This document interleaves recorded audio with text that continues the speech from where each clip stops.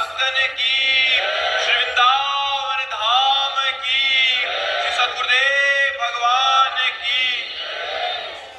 Doctor Pankaj Shukla ji, Radha Vallabh Shri एवं निर्वाणी क्रिया में क्या भेद है? आप किस मार्ग में चल रहे हैं? महाराज जी, पहले परमहंस अमृत जिरिया जी ने मुझे प्रणव का जाप बताया था, जीव को नीचे लगा के और ओम का जाप करना। और जब से आपने बताया पश्यंती जाप में जीव ऊपर लगा के और जाप करना है, तब से लगातार चल रहा है महाराज। शांत रहिए, आगे की बात अपने आप प्रकाशित हो जाती है। ये वैखरी है जो आप सुन रहे हैं। जब हम उपांशु में पहुंचते हैं तो हमारे सामने नाम दिखाई देना चाहिए, जो हम नाम जप रहे हैं, जैसे राधा राधा राधा। अब हमारा हल्की सी जबान हिल रही,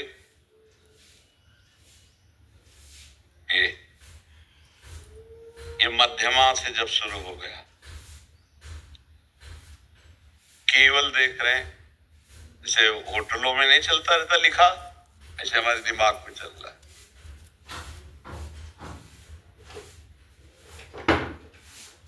चल रहा है पश्यंती परा। हर जैसे धड़कन हो रही है, ऐसे रोम रोम से निकल रहा राधा राधा राधा राधा। हम आपकी तरफ देख रहे हैं तो नाम दिखाई दे रहा है, कानों में गूंज उसी की सुनाई दे रही, धड़कन उसी से एक क्रमशः पहुंच जाता है।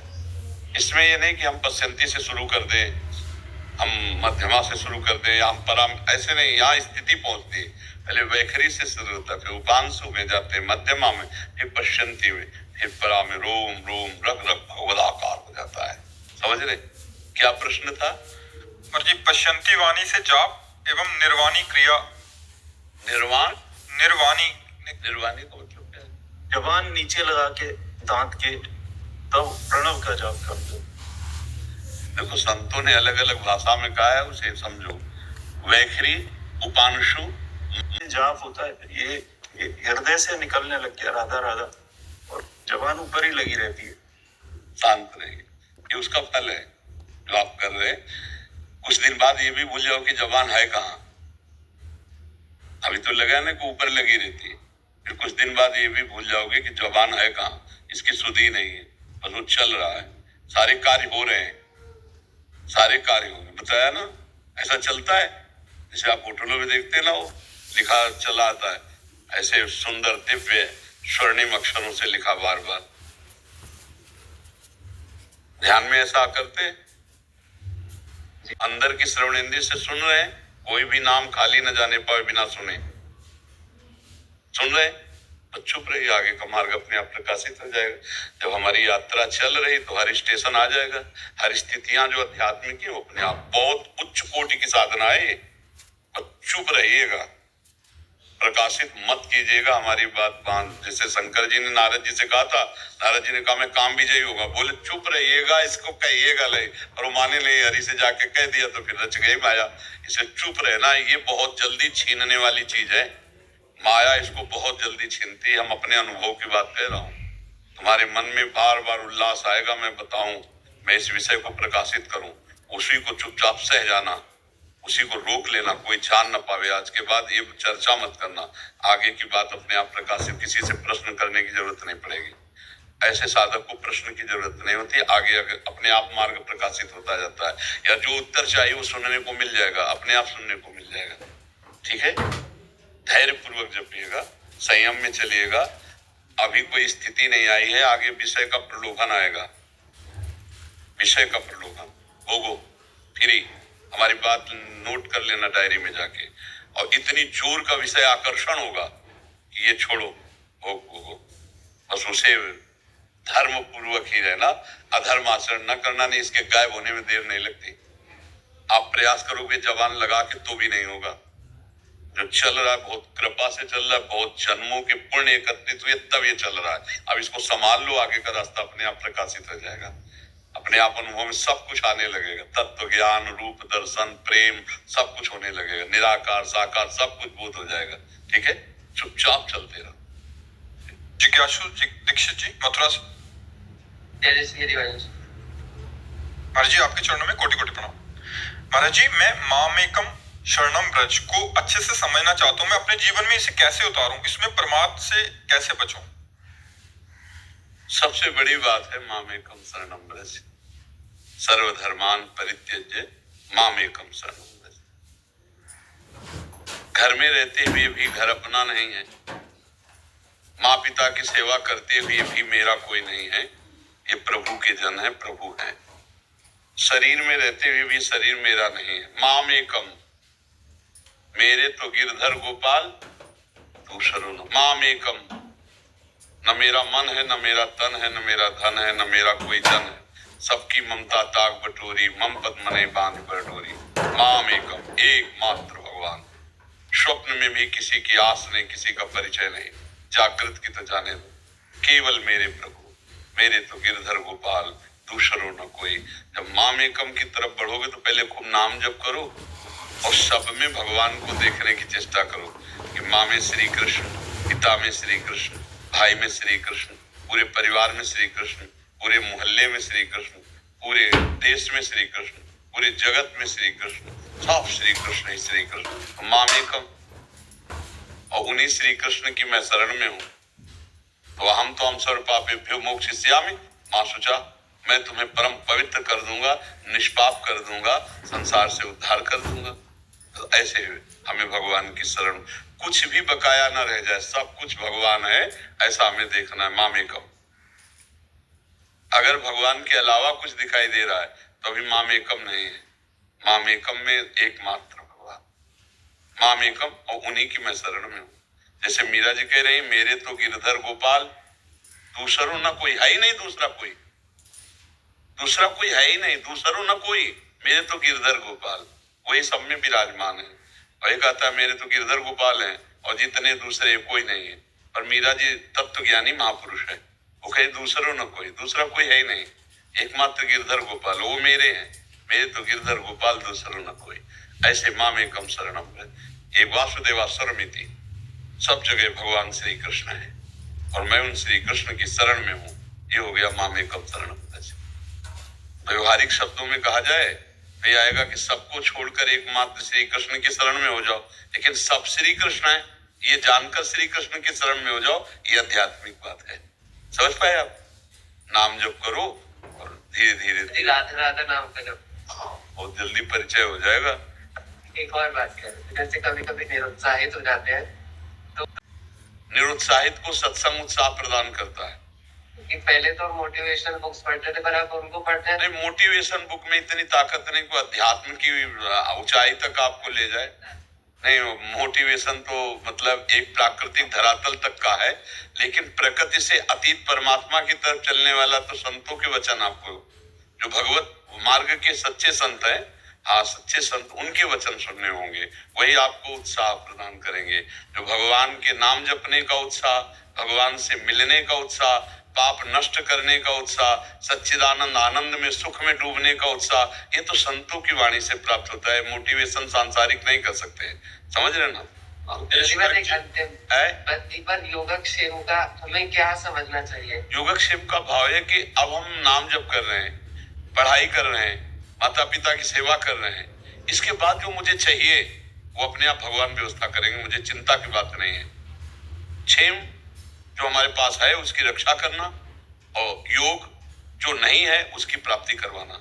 संपत्ति, ज्ञान, धर्म जो भी हमें चाहिए वो मेरा मालिक जानता है, वो अपने आप योग करवा देगा, उस वस्तु को प्रदान कर देगा, उतना ज्ञान प्रदान कर देगा, उतनी शक्ति प्रदान कर देगा, वैसी व्यवस्था प्रदान कर देगा। हमें दृढ़ विश्वास रहना चाहिए। मामेकम शरणम ब्रज अनन्य चिंतयन्तो माम ये जना परिपक्व। आपका कर्तव्य है अनन्य चिंतन करते हुए, भगवान का नाम जप करते हुए, माता पिता की सेवा, अपनी पढ़ाई को भगवान मानना, अपने व्यवहार को शुद्ध रखना, अपने परिवार के प्रति जो व्यवहार, जैसे माता के प्रति, पिता के प्रति, भाई के प्रति, बहन के प्रति, जिसके प्रति जो भी है वो व्यवहार शुद्ध रखना, नाम जप करना, पढ़ाई को अपना भक्ति मानना, पढ़ाई को भी भगवान की भक्ति मानना, हाँ हाँ, तो फिर आगे जो प्राप्त कराना है वो करवा देंगे, और जो प्राप्त है उसकी रक्षा वो कर देंगे। योगक्षेमम भावना। महाराज जी हमें राधा राधा एक बार बोल दीजिए। राधा राधा राधा खूब जब डॉक्टर मुकेश अग्रवाल जी, राधे राधे। और डॉक्टर देव प्रकाश शर्मा जी। महाराज जी आप दोनों, एक प्रधानाचार्य हैं, एक शिक्षा विभाग में है प्रयागराज में, दोनों का एक जैसा ही प्रश्न था महाराज जी। महाराज जी, शिक्षा का आध्यात्मिक स्वरूप क्या हो जिससे बच्चे अपनी जड़ों और संस्कारों से जुड़े और जीवन के वास्तविक लक्ष्य को प्राप्त हो? सबसे पहली बात है कि बच्चों के जीवन में माता पिता के प्रति पूज्य भाव और अपने देश के प्रति प्राण समर्पण का भाव, ये तभी आएगा जब उनके चरित्र पावन होंगे। उनको ब्रह्मचर्य की शिक्षा दी जाए, जब तक ब्याह ना हो तब तक ब्रह्मचर्य। और दूसरी बात, अगर अध्यात्म का उनके अंदर बीज नहीं है तो आधुनिक शिक्षा उनके पतन का हेतु होगी, उनकी उन्नति का हेतु नहीं होगी। आज हमारे बच्चे बहुत पढ़े लिखे हैं, लेकिन जो विद्या विनयम ददाती वो नहीं है। विद्या विनय प्रदान करती है। जो विद्या के अंदर सामर्थ्य है वो झुकाना सिखाती है, वो नम्रता सिखाती है, वो प्रवीणता सिखाती है कि स्वयं सुखी रहो और दूसरों को भी सुख प्रदान करो। अब ना ऐसे वचन बोले जाते हैं, ना ऐसे कर्म किए जाते हैं। अच्छा, छोटे छोटे बच्चे ऐसे आचरणों के शिकार हो रहे हैं जिससे उनका जीवन ही नष्ट हो रहा है। आप तो मतलब जानते ही हैं, जब आप बच्चों के बीच में हैं, छोटे छोटे बच्चे वो उस क्रिया के शिकार हो रहे हैं जो हमारे पास यहाँ आकर के वर्णन करते हैं, जिससे उनका नाश हो रहा है, पतन हो रहा है। और दुर्भाग्य है कि हमारे डॉक्टर लोग भी इसका सपोर्ट करते हैं कि अगर हफ्ते में आप इस ब्रह्मचर्य का खंडन करोगे तो आप स्वस्थ रहोगे। आप विचार कीजिए, हम तो देसी उदाहरण देते हैं कि जब खेती होती है गेहूं की और गलेथ में होती है, गलेथ का मतलब बाली आई है, अभी दाना हल्का हुआ है और उस समय काट ली जाए तो किस काम का रह जाएगा। ऐसे ही हमारे 9 किशोर बच्चे जो 14, 15, 16, 18 के हैं, इनके अंदर जो ये व्यभिचार प्रवृत्ति जागृत हो रही, गर्लफ्रेंड बॉयफ्रेंड, ये जो हस्त मैथुन की प्रक्रिया, जो व्यसन, ये इनसे बचा लो। अगर इनसे बचा लो और इनके अंदर एक 5 मिनट ही सही, अगर वो राधा राधा बोलने लगे, कृष्ण कृष्ण बोलने लगे, हरि हरि बोलने लगे, और हमारे पढ़ाई में महापुरुषों के कुछ चरित्र होने चाहिए, ऐसे महापुरुषों से जो हमारे को उत्साहित करे, धर्म के लिए प्राण देना, राष्ट्र के लिए प्राण समर्पित करना, संयम से जीना। धर्माचरण किसे कहते हैं? दूसरों के लिए हम समर्पित होने पर क्या बन सकते हैं? परहित सरिस धर्म नहीं भाई, तब हमारी बात बने। अब आधुनिकता की तो बहुत पढ़ाई हो रही है, विनाश की तरफ हमारे नई पीढ़ी चली जा रही। हर बालक नशा करना सीख रहा है, हर बालक व्यभिचार में प्रवीण हो रहा है, हर बालक छल कपट से युक्त हो रहा है, हर बालक अपने बड़े बुजुर्गों का अपमान करता चला जा रहा है और डिग्रियां उनके पास है। तो हमें लगा कि ये विद्या नहीं है तो अविद्या ही है। अगर विद्या होती तो अपने के प्रणाम करना आ जाता, नम्रता से बात करना आ जाता, व्यसनों से बचना आ जाता, व्यभिचार से बचना आ जाता। तो हमें लगता है अध्यात्म की शिक्षा से रहित जो विद्या है वो कभी जीव को सुखी नहीं कर सकती। अध्यात्म युक्त शिक्षा होनी चाहिए। इसीलिए हर राजा के ऊपर महाराजा विराजमान होता था। परम ज्ञानी जनक जी तो सदानंद जी, चक्रवर्ती सम्राट दशरथ जी तो वशिष्ठ जी, देवराज इंद्र तो बृहस्पति जी, दैत्य राज बलि तो शुक्राचार्य। हर महापुरुष शासन में ही तो अध्यात्म के शासन में आधुनिक विद्या सफल हो सकती है, लेकिन अध्यात्म के बिना आधुनिक विद्या सफल नहीं हो सकती। एक बार वो विद्या संबंधी मंत्री आए थे, विद्या के माध्यमिक शिक्षा, डॉक्टर गुलाम देवी जी, वो 2-3 बार हुआ। तो उनसे भी यही प्रार्थना की थी और लागू करवाया था कि कुछ मिनट प्रार्थना और शास्त्र संबंधी वार्ता। गुलाब देव जी को बड़ा अच्छे से मार्गदर्शित किया जी, उन्हें इन्हीं सारी बातों को लेकर के जी। तो हमारी तो यही है कि हमारे विद्यार्थियों को बचाओ, व्यसन से बचाओ और व्यभिचार से बचाओ, इसका ज्ञान उनको मिलना चाहिए। नहीं तो बहुत उद्दंडता बच्चों में आती चली जाए। एक विषय होना चाहिए जी, उसमें परिवार और समाज का भी कुछ सहयोग मिले। आज परिवार का और समाज का सहयोग मिलना असंभव मान लीजिए। इसलिए असंभव मान लीजिए कि आजकल पिता को अपने पुत्र की कम पड़ी, अपनी वासनाओं की पूर्ति की ज्यादा पड़ी है। इसीलिए वो पुत्र की उन्नति नहीं, और समाज ईर्ष्या द्वेष इतना अध्यात्म विहीन जीवन है कि वो उसका पतन करना चाहेंगे, उत्थान तो नहीं चाहेंगे। आप जैसे गुरुजन बैठ करके उनके उत्थान के लिए उनके अंदर बीज डालें तो ही हो सकता है। समाज में तो वैसा, समाज में तो बीड़ी पीना सिखाएंगे, हुक्का पीना सिखाएंगे। आज के पिता ऐसे हैं, ये नहीं पता चलता कि जो मैं क्रिया के लिए आदेश कर रहा हूं इससे बच्चे का संस्कार नष्ट हो जाएगा। तो मुझे कम लगता है कि माता पिता या समाज उसको सहयोग करेगा नवीन बच्चे को। आप जैसे गुरुजन ही संभाले तो संभाले। व्यवहारिक पक्ष थोड़ा कमजोर हो जाता है महाराज जी हम लोगों के साथ में विद्यालय में। जी। लोग शिक्षक या प्रधानाचार्य विद्यालय इस तरह के संस्कार देने का प्रयास करता है, जी। और वो संस्कार जब परिवार से और समाज से नहीं मिलते हैं, हाँ तो कमजोर हो जाए। हाँ बिल्कुल हो जाते हैं। हमारी पीड़ा है। हाँ, वैसे हम प्रयास करते हैं जब यहाँ गृहस्थ जन विराजते हैं तो उनके माता पिता को प्रयास करते हैं कि आज आपका जीवन सुखमय जो चल रहा है, कल आपका जीवन संकटपूर्ण हो जाएगा, क्योंकि आप अपने बच्चों पर ध्यान नहीं दे रहे। आप अपने बच्चों को जो शिक्षा गलत दे रहे, जो आप बेपरवाही की छूट दे रहे, आप चेक नहीं कर रहे कि मोबाइल में वो क्या देख रहे, वो किनसे मिल रहे, यही बच्चे अभद्र होकर कल आपको घर से निकालेंगे। इसलिए माता पिता होश में रहे, अपने बच्चों को देखो क्या पद्धति हमारे भगवान की, प्रात काल उठ के रघुनाथा, मात पिता गुरु नावै माथा। अब इसको बदलना बहुत कठिन है। यही जब बड़े होंगे ना तो यही अभद्र व्यवहार करेंगे, यही अभद्रता के आचरण। तो घर के अगर माता पिता सहयोग दे और व्यवहार उनका सही हो तो हमें लगता है सही बात है, आपकी शिक्षा का बहुत अच्छा प्रभाव पड़े। पर इसलिए हमने कहा संभव, क्योंकि आज का वातावरण बिगड़ रहा है, बहुत बिगड़ रहा है। जब घर में माता पिता बैठ करके आसपास के साथ ताश खेलेंगे, बीड़ी पिएंगे, शराब पिएंगे, तो बच्चों के संस्कार कैसे? वही कष्ट होता है कि 6 घंटे हमारे साथ बच्चे रह रहे हैं, 18 घंटे उसी समाज और परिवार के साथ में रहते हैं, तो बड़ी कष्ट की अनुभूति होती है कि थोड़ा सहयोग मिल जाए। हाँ। और वही हम प्रयास वृंदावन में यहाँ पे विद्यालय बोले महाराज जी, राजा महेंद्र प्रताप जी का, और थोड़ा सहयोग समाज का मिल जाए। और ये वार्ता इसीलिए आपके माध्यम से रखी है कि ये समाज में जाए, परिवार के लोग, समाज के लोग। प्रयास यही है कि समाज थोड़ा बदले, प्रयास यही कि, और हमें लग रहा है भगवान की कृपा से, राधा किशोरी की कृपा से काफी परिवर्तन हो रहा है समाज का, काफी परिवर्तन। वीडियो आपके जा रहे हैं, मैं समझता हूँ युवा वर्ग बहुत उसको, हाँ बहुत हमारा सहयोग दे रहे हैं, क्योंकि हजारों ऐसे नौजवान भाई आते कि हमने शराब छोड़ दी, हमने मांस छोड़ दिया, हम गंदे आचरण छोड़ दिए, हम अमुक नियम से चल रहे हैं, तो काफी परिवर्तन भी। तो इसी माध्यम से परिवार समाज में थोड़ा सा परिवर्तन आ जाए तो शिक्षक और अधिकारी अपने कर्तव्य के प्रति पूर्ण समर्पित होकर के कार्य। हाँ बिल्कुल बिल्कुल बिल्कुल। और इसमें शिक्षकों को भी ध्यान रखना है कि अपने आचरण और अपने बर्ताव ऐसे किए जाएं जिससे विद्यार्थियों के अंदर गलत संस्कार न पड़े। कुछ अज्ञानी शिक्षक ऐसे हैं जो अपने गुरु भाव को भूल जाते हैं कि मैं इनका गुरु हूं, और उनके साथ व्यवहार में त्रुटि कर बैठते हैं, आचरणों में त्रुटि कर बैठते हैं।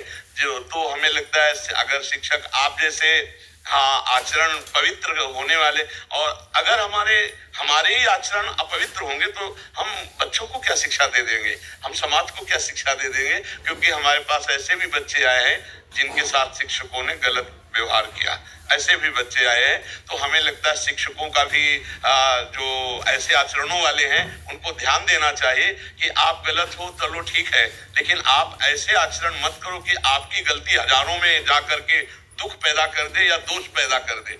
हम गलत है तो हम सुधार करने का रास्ता देख सकते हैं, लेकिन हम हजारों को अपने दोष से युक्त कर दे, अब सुधार होना नहीं, अब दुर्गति होना है। हाँ, इसलिए शिक्षक भी मतलब सावधान रहे कि हमारा कोई भी ऐसा व्यवहार, कोई हंसी मजाक, कोई छूना, कोई गलत आचरण ऐसा बच्चों के संग ना हो, क्योंकि वो नादान बच्चे, उनके अंदर वही संस्कार पुष्ट हो जाएंगे और फिर आपका विरोध जीवन भर चलेंगे, बीज के रूप में पड़ जाएगा। हाँ, अब जैसे 13-14 वर्ष का बच्चा बहुत ही शक्तिहीन होकर के जब बात किया हमसे, तो हमने कहा तुम्हारे अंदर बात कैसे ऐसे आ गई? तो उन्होंने कहा हमारे दोस्त ने सिखाया।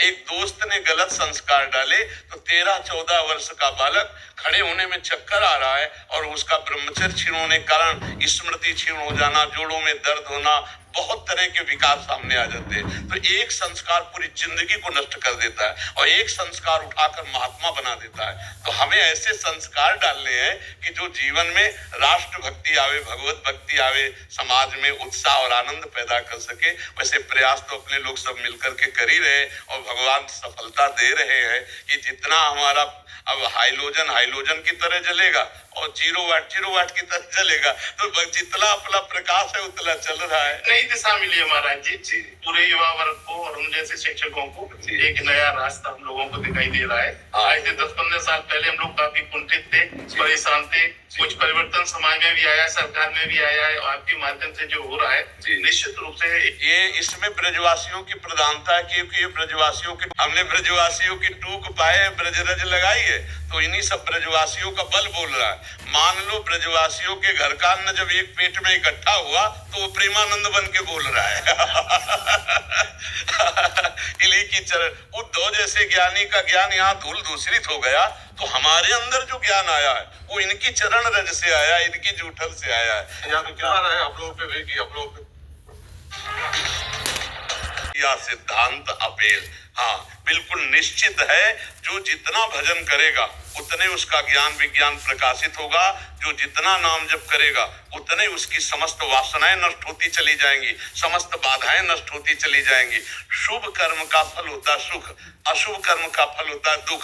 नाम जप से शुभ अशुभ दोनों मिट जाते हैं और भगवदानंद की अखंड प्रसन्नता की प्राप्ति होती है। पर नाम में रुचि जल्दी नहीं होती।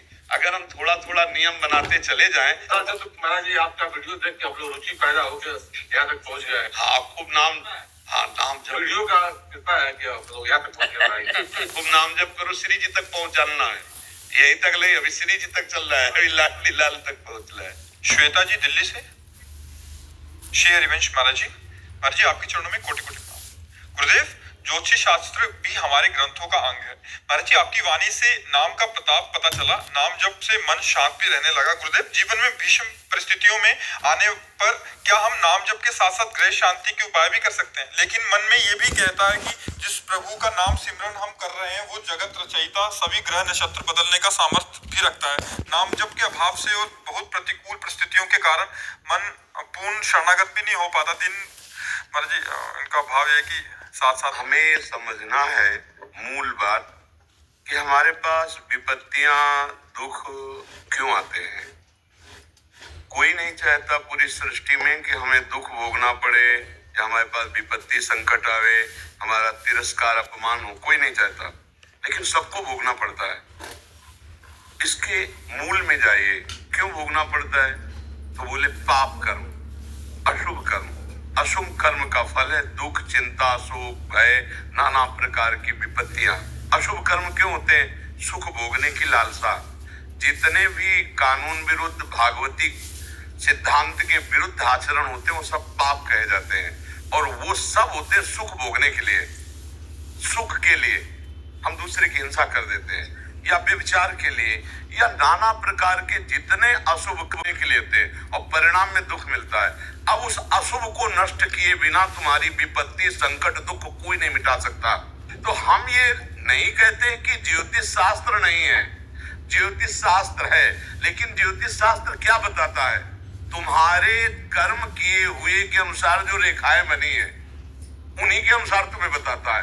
अब तुम्हारे कर्म अगर बिगड़े हुए हैं तो उसे चाहे तुम 7.5 शनिचर कह दो, चाहे शुक्र बिगड़ा है, चाहे राहु बिगड़ा, कुछ भी कह लो। अगर अशुभ कर्म नष्ट नहीं हुआ तो तुम्हारी दुख विपत्ति संकट निवृत्त नहीं होगा। अब अशुभ कर्म को कोई मिटा सके ये केवल श्री भगवान में है।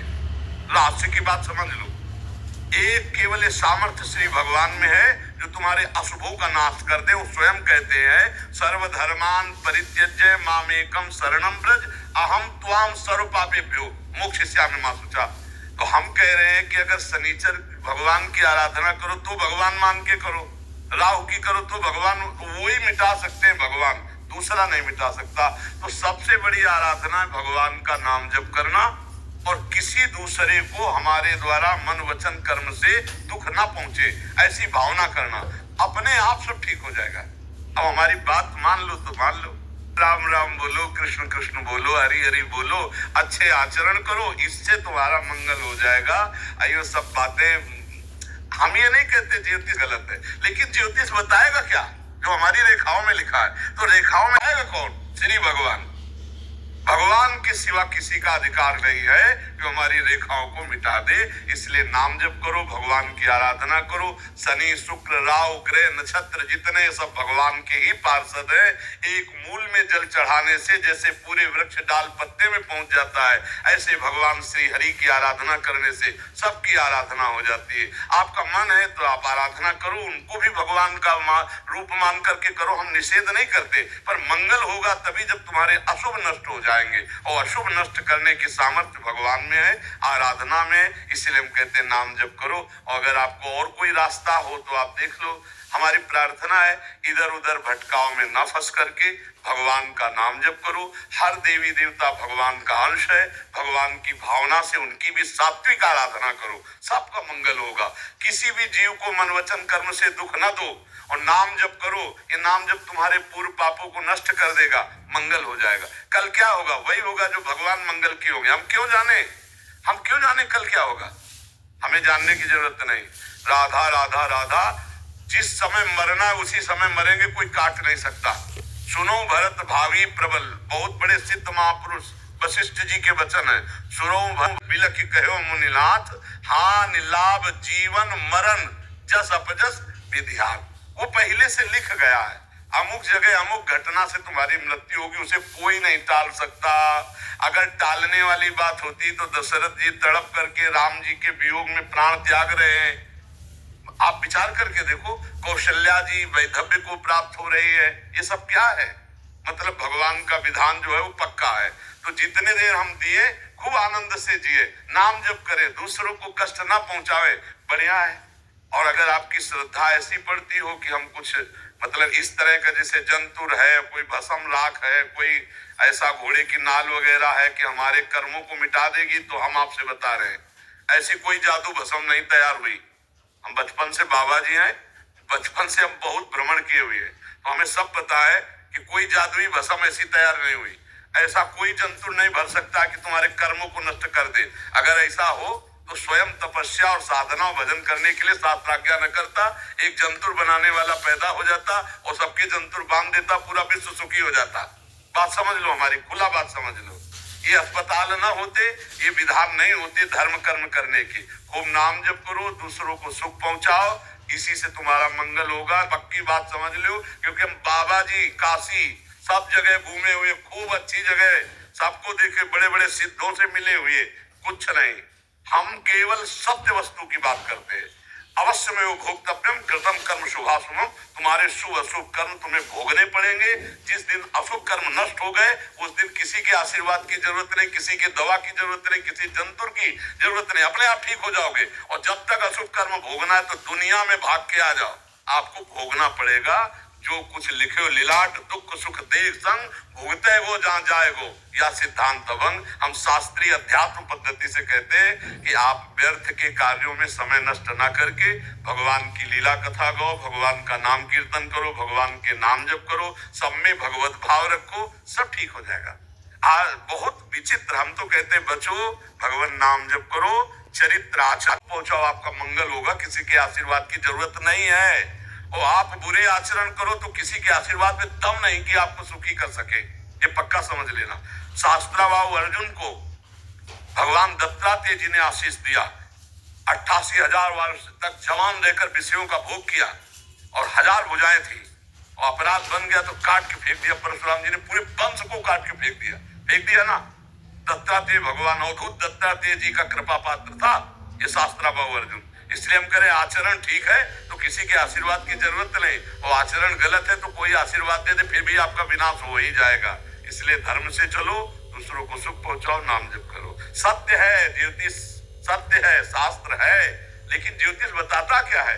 हमारे पूर्व के किए हुए कर्मों से बनी हुई रेखा के अनुसार। उसको मिटा कौन सकता है? श्री भगवान। दूसरे में किसी में सामर्थ्य नहीं है, नहीं मिटा के दिखा देना। भगवान के सिवा कोई नहीं मिटा सकता, भगवान ही एक सर्वसमर्थ है। मेरी प्रार्थना मान ली जाए, इधर उधर धोखेबाजी में फंसकर अपनी श्रद्धा अपनी भावनाओं को ठेस ना पहुंचाई जाए। हाँ, कुछ है अनुष्ठान, जिन अनुष्ठानों के द्वारा प्रारब्ध को मिटाने की कोशिश की जाती है, पर वो अनुष्ठान ऐसे झाड़ फूक से नहीं होते। जैसे मृत्युंजय महामृत्युंजय अनुष्ठान, अब बुलाओ विद्वान ब्राह्मणों को, और पवित्रता के द्वारा अनुष्ठान कराओ 11 दिन 21 दिन का, और भारी दक्षिणा उनका सम्मान करो, परिवर्तन होगा। गायत्री अनुष्ठान करो, परिवर्तन होगा। शास्त्रों में ऐसे है। ये सब ये बहुत बहुत पर्दे के पीछे बिल्कुल आप जो देख नहीं सकते, और पर्दे के बाहर जो आप देख रहे हैं वो है नहीं। ये हमने बहुत जगह देखा है। इसलिए बहुत शांत हमारी बात समझ लो।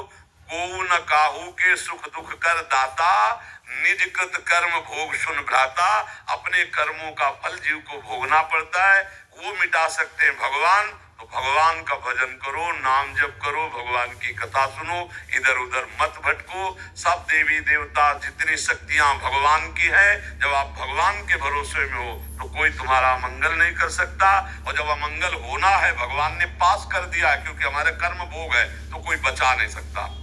तो आप ये समझ लो, जहां जाओगे आपको केवल भ्रम मिलेगा। यदि भजन नहीं है आपके अंदर, तपस्या नहीं है, साधना नहीं, व्रत नहीं है, तो कौन तुम्हारे दुख मिटा सकता है?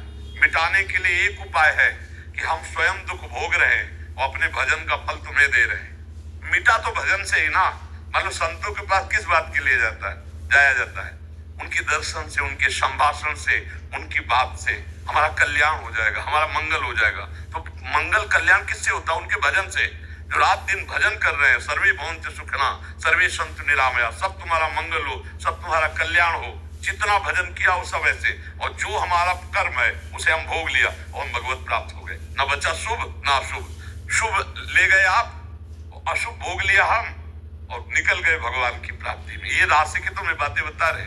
अगर समझ में आवे तो समझ लो, और अगर आपको हाथ दिखवाना है, भाग्य रेखा बदलवाने के लिए कुछ करना है, तो आप करके देख लो। जब बदल जाए तो ईमानदारी से आके मुझे बता देना कि अमुक जगह भाग्य बदल गया है, तो अब हम मान लेंगे इस बात को। नहीं तो हम आज तक नहीं देखा है, केवल तुक्का कभी कभी लग गया है। अगर आपका सुधार हो रहा तो उसमें आपका आना, आपका भाव, आपका कर्म है, हमारा उसमें कुछ नहीं। सच्चाई की बात समझ लो। कोई जादू टोना, कोई दिया या कोई आशिक, कुछ नहीं। हम ईमानदारी से कह रहे, कुछ नहीं। आपका कर्म, आपका भाव। जैसे आप भाव में भरे हो कि मैं जा रहा हूँ, ये संत भगवान है साक्षात, इनके दर्शन से हमें जरूर लाभ मिलेगा, जरूर लाभ मिलेगा, जरूर लाभ मिलेगा। क्योंकि आपकी भावना है, जाकी रही भावना जैसी प्रभु मूरत देखी। उसमें हमारा कोई चमत्कार नहीं, हमारा कोई भाव नहीं। तो ये सब बाहरी बातें छोड़ो और अच्छे से भगवान का भजन करो, अच्छे आचरण करो, तो तुम्हारे दुख वास्तविक मिट जाएंगे। राकेश कुमार जी, बढ़ गई और यद्यपि मृषा पर छूटत कठिनाई। इस शरीर का राग इतना जोर को बैठा कि कहीं ना कहीं आपसे अगर कोई पूछे तो आप भी उपदेश कर दो कि तुम कोई शरीर छोड़िए, शरीर तो मरने वाला पंचभौतिक है, तुम तो भगवान की अविनाशी हो। इतना तो ज्ञान है आपको, लेकिन इस ज्ञान का साक्षात्कार नहीं। जब इसका साक्षात्कार हो जाएगा तो शरीर से राग खत्म हो जाएगा, फिर मृत्यु से कोई भय नहीं रहेगा। क्योंकि वास्तविक मृत्यु शरीर पर प्रहार करते आप पर नहीं। आप पर तो नैनम छिन्दन्ति शस्त्राणि नैनम दहति पावका न चेदम क्लेदयन्ति आपो न शोचयति मारुता। लेकिन शरीर में इतनी ममता है कि जरा सा भी तो वो मेरे को होता है, क्योंकि इससे ममता है। इसी की ममता नष्ट करना बड़ा कठिन है। उपदेश देना बहुत सरल है, लेकिन शरीर राग नष्ट करना बहुत कठिन है। नहीं, अब जैसे अभी मरने की कोई सूचना आ जाए कि किडनी फेल है या कैंसर इस सीमा, तो होश उड़ जाएंगे? नहीं उड़ जाएंगे। ईमानदारी से देखो, अभी सब भजन की बातें भूल जाओगे। बस ये होगा कि कोई उपाय करो जिससे ये ठीक हो जाए, और शरीर राग खत्म हो गया। भगवान के चरणों की भक्ति से शरीर राग खत्म हो गया, तो आप नौकर की तरह काम करवा रहे हैं इस शरीर को। कि जैसे बेईमान नौकर भागेगा तो जितना काम करवा ले उतना करवा लो, चल भगवत चर्चा कर, भगवत नाम गुणगान कर, क्योंकि पता है छूटेगा, आज नहीं तो कल छूटेगा। तो ये बेईमान है, धोखेबाज है। अब इससे जितना कमा लो, जितना दूसरों का सुख कर, इस शरीर का राग मिट जाए बस। वो अनुभव तभी होगा जब खूब भजन किया जाए। वो बातों से नहीं होगा, भजन से हो। जितना भजन करोगे धीरे धीरे शरीर का राग मिटता चला है। शरीर ही का राग तो आवागमन कहे तो यही राग नष्ट हो जाए, सब ठीक हो जाएगा। खूब नाम बढ़ाओ और नाम बढ़ाओ। जितना नाम जब बढ़ाओगे उतने आपके अंदर सुंदर ज्ञान होता चला जाएगा। ये हमारी बात मान लो। जो नाम जब नहीं करते हैं वो कुछ भी पढ़ लिख ले, वेदांत पढ़ ले, गीता कंठस्थ कर ले, तो इससे शरीर राग नष्ट नहीं होगा। शरीर राग अध्यात्म शक्ति से होगा और वो होगा मामनुष्मर। भगवान ने कहा युद्ध च, मेरा स्मरण करो गीता में कहा, और अपना कर्तव्य कर्म करो। युद्ध माने कर्तव्य, कर्तव्य कर्म करते हुए भगवत भजन करते रहो, शरीर राग नष्ट हो जाएगा, मृत्यु का भय नष्ट हो जाएगा। नहीं तो सबको रहता है मृत्यु का भय, नहीं रहता। बातें चाहे जितना बनाए ले, मृत्यु का भय सबको रहता है। लेकिन ऐसे ऐसे धर्मात्मा पुरुष हुए जिनको मृत्यु का भय नहीं रहा। सामने मृत्यु खड़ी है, एक तरह से समझो। अब विपक्ष विधर्मी कह रहे कि अपने धर्म को मेरे स्वीकार कर, थूक दिया मुंह पे थूक दिया, राम राम राम, चलवा दिया ऐसे, धीरे धीरे धीरे चौराहे पे खड़े हो गए। आरा चलवाना बर्दाश्त किया, लेकिन विधर्म को स्वीकार नहीं, अधर्म को स्वीकार नहीं। तपता हुआ लाल, उस पे गुरु अर्जुन देव जी को विराजमान कर बैठा दिया। ऊपर से तपती हुई बालू डाल रहे, कह रहे अधर्म, विधर्मी लोग कह रहे स्वीकार करो इसे। और ऊपर से क्या कह रहे, तेरा किया मीठा लगे, वाहेगुरु का किया मीठा लगे, परमेश्वर का किया मीठा लगे। ये बात समझ ला, ये है शरीर राग का त्याग। प्रवचन कर लेना सरल है, लेकिन जब प्राणों की बाजी लगे उस समय अपने धर्म में, तब समझ में आया कि भक्ति का रंग है। नहीं, अभी अगर एक तरफ तलवार खींच दी जाए, नहीं ये खा, ये पी, ये स्वीकार कर, तो लगेगा यार खा पी के जिंदा तो रहेंगे, फिर भजन कर लेंगे। लेकिन महापुरुषों ने अधर्म स्वीकार नहीं किया और गर्दन कटवा दी। प्राण त्याग, ये है धर्म निष्ठा, ये है शरीर राग त्याग। तो उसी मार्ग में, उन्हीं के हम बच्चे हैं, उसी मार्ग में चलना। पर भजन, जितना अधिक भजन सुमिरन होगा, उतने अधिक ज्ञान होगा, उतने शरीर राग का त्याग। भला ऐसी स्थिति में कि जब विधर्मी इतना कष्ट दे रहे और वो कह रहे तेरा किया मीठा लागे, प्रभु से कह रहे तेरा किया मीठा लगे, है ना कठिन बात। अब सत्य बात है कि ये शरीर राग रहित है, महापुरुष ये दिव्य स्थिति को प्राप्त है। तो ऐसे ही भजन उनके द्वारा जो दिया गया है, गुरुजनों के द्वारा, यदि हम भजन करें तो हमको भी उनकी कृपा से ऐसी स्थिति प्राप्त हो जाए। मोनिका जी गोकुल से, राधे राधे महाराज जी। महाराज जी, लोभ और कामना एक ही है या इनमें अंतर है? कामना जो सुना है, जो देखा है, जो पूर्व में भोगा है, तो हमारे हृदय में भोगे हुए विषय को पुनः भोगने की कामना, जिसे तृष्णा कहते हैं। जो सुना है, जो देखा है, उसे भोगने की, और उसी भोग को जो बहुत प्रिय लगता है उसका संग्रह करने को लोभ कहते हैं। समझ रहे हैं? लोभ में और कामना में इतना अंतर है। कामना देखे हुए, सुने हुए या भोगे हुए पदार्थ को बार बार भोगने की इच्छा होना कामना है, और उसी जो हमारे लिए अनुकूल है, जो सुखद है, उसी भोग का संग्रह करने का जो वृत्ति जागृत होती है, उसे लोभ कहते हैं। वही कामना की पूर्ति से लोभ ऐसा बढ़ता चला जाता है कि हम उसी में फंसते चले जाते हैं। जैसे कामना की पूर्ति में बाधा लगने पर क्रोध होता है, तो कामना की पूर्ति होने पर लोभ होता है, और दोनों में मूढ़ता छाती है। दोनों स्मृति का नाश करते हैं और दोनों बुद्धि का नाश करके परमार्थ से भ्रष्ट कर देते हैं। इसलिए उपासक को चाहिए कि कामना का भी त्याग करे और लोभ का भी त्याग करे, और इन सब का त्याग करने के लिए जिस ज्ञान की आवश्यकता है वो गुरुजनों की शरण में जाकर के उनके द्वारा बताए हुए साधन पद्धति से उपासना करे, तब हृदय पवित्र होगा, जिसमें ज्ञान का स्फुरण होगा। बिना ज्ञान के न काम का त्याग हो सकता है और न लोभ का, क्योंकि अज्ञानी बार बार इंद्रियजन्य भोगों में सुख मानेगा तो उसी को भोगने की इच्छा करेगा, कामना करेगा, और जिससे सुख मिलता है उसी का संग्रह करना चाहेगा। तो ये लोभ और काम बने ही रहेंगे, और जब तक लोभ और काम है तब तक आवागमन से मुक्ति नहीं हो सकती। कामना का त्याग हुए बिना, लोभ का त्याग हुए बिना वो भगवत प्राप्ति का अधिकार नहीं रखता, भगवत स्वरूप होते हुए भी। और आज भगवत प्राप्ति की चर्चाएं बहुत हो रही हैं। भगवत प्राप्ति की चर्चा प्रवचन कर लेना या प्रवचन सुन लेना, इससे भगवत प्राप्ति नहीं होती। भगवत प्राप्ति होती है जब हम समस्त कामनाओं को नष्ट कर दे, हृदय में प्रकट हुई कामनाओं को नष्ट कर दे, और एकमात्र अपने स्वरूप या अपने आत्मस्वरूप श्री भगवान के चिंतन में तल्लीन हो जाए, तभी भगवत प्राप्ति होती। किंचन मात्र कोई वासना, कोई भी सांसारिक भोग का, सुख का आकर्षण है तो भगवत प्राप्ति की अभी योग्यता नहीं। और हम बात करते हैं ज्ञान की, बात करते हैं वैराग्य की, और देह सुख और इंद्रिय भोगों के सुख में ही मात्र बुद्धि रखते हैं, तो वो ज्ञान भी जिसे हम ज्ञान समझते हैं वो अज्ञान ही है। जैसे स्वप्न में देखा कि हम जग गए हैं, लेकिन वो स्वप्न में ही है, अभी वो जगा हुआ नहीं है। ऐसे ही हम अज्ञान की धरा में जब तक देह भाव है, जब तक इंद्रियजन विलासिता का सुख है, जब तक पूरे त्रिभुवन में कहीं भी अपने से कुछ अलग सुख है, तब तक वो अज्ञानी ही है। जब तक आत्म सुख को प्राप्त नहीं हुआ, अपने स्वरूप को प्राप्त नहीं हुआ, तब तक सच्चा ज्ञान नहीं माना जाता है। इसीलिए कहा गया है कि वो न प्रवचन से करने से मिलता है, न सुनने से मिलता है, न वो बुद्धिमानी से मिलता है। वो जो आत्मस्वरूप गुरुदेव के चरणों का आश्रय ले लेते, वो कृपा कर देते, तो मोक्ष मूलम गुरु कृपा, उनकी कृपा से जो ज्ञान प्रकट होता है वही अज्ञान का नाश करता है। तो कामना और लोभ दोनों बांधने वाले हैं, दोनों अलग अलग हैं। तो हम अगर लोभ और कामना से बचना चाहते हैं तो किसी महापुरुष का आश्रय लेकर उनके प्रदत्त उपासना पद्धति से चले, तब हम। आज उपासना का बहुत ह्रास हो रहा है, कोई भी शुद्ध मार्ग से चलना नहीं चाहता। गुरुजनों की शरण में होकर, उनके अधीन होकर, उनके बताए हुए मार्ग से जब तक नहीं चला जाएगा, तब तक ना ज्ञान की प्राप्ति होती है और ना भक्ति की प्राप्ति होती है। वो केवल अहंकार का खेल होता रहता है, बकाया वस्तु की प्राप्ति नहीं होती।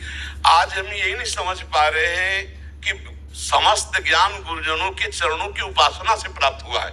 आज तक हमारे जितने ब्रह्म ऋषियों, आप वेदांत